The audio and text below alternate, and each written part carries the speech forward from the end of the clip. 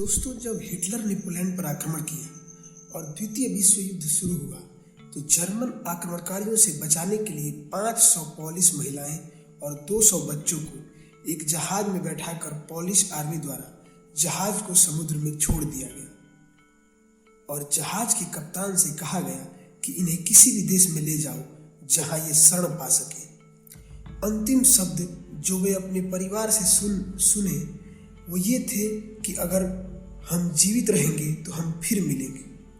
Hitler के डर से 500 औरतें और 200 बच्चों से भरे जहाज को बहुत सारे यूरोपीय और एशियाई देशों के द्वारा शरण देने से मना कर दिया गया। जहाज समुद्र में चलती रही और किसी तरह से ईरान के बंदरगाह पर पहुंची, पोलैंड से बहुत दूर। लेकिन ईरान ने भी उन्हें शरण देने से मना कर दिया और बाहर भगा दिया।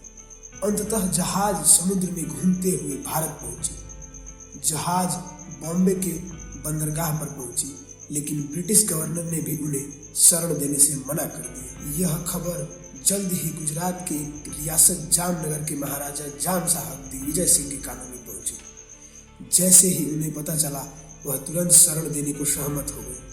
उन्होंने जहाज को अपने राज्य के जामनगर के बंदरगाह में खड़ा करने का आदेश दिया। उन्होंने 500 महिलाओं को शरण ही नहीं दी, बल्कि उनके बच्चों को एक आर्मी स्कूल में निःशुल्क शिक्षा भी दी। ये शरणार्थी जामनगर में 9 वर्षों तक रहे, जब तक कि द्वितीय विश्व युद्ध समाप्त नहीं हो गया। उनका महाराजा जाम साहब के द्वारा अच्छे से ख्याल रखा जाता था। वे हमेशा उनसे मिलने आते थे और वे महिलाएं और बच्चे उन्हें बापू कहा करती थी। बाद में ये शरणार्थी अपने देश में वापस लौट गए। इन शरणार्थियों में से एक बच्चा बाद में पोलैंड का प्रधानमंत्री बना।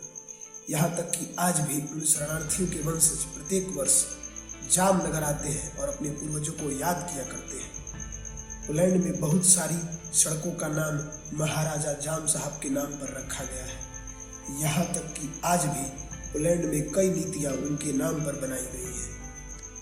प्रत्येक वर्ष पोलिश अखबारों में महाराजा जाम साहब दिग्विजय सिंह के विषय में लेख प्रकाशित होते हैं। दोस्तों, प्राचीन काल से ही भारत वसुधैव कुटुंबकम का संदेश देता आ रहा है, जिसका अर्थ है पूरा विश्व ही एक परिवार है और हमारे देश की सहिष्णुता जग जाहिर है। भारत हमेशा अपनी सभ्यता और संस्कृति पर स्थिर व अडिग रहा है।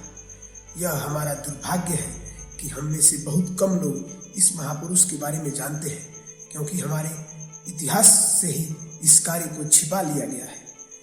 और जो इतिहास गवाह है कि जो इतिहास से नहीं सीखता वह स्वयं इतिहास बन जाता है।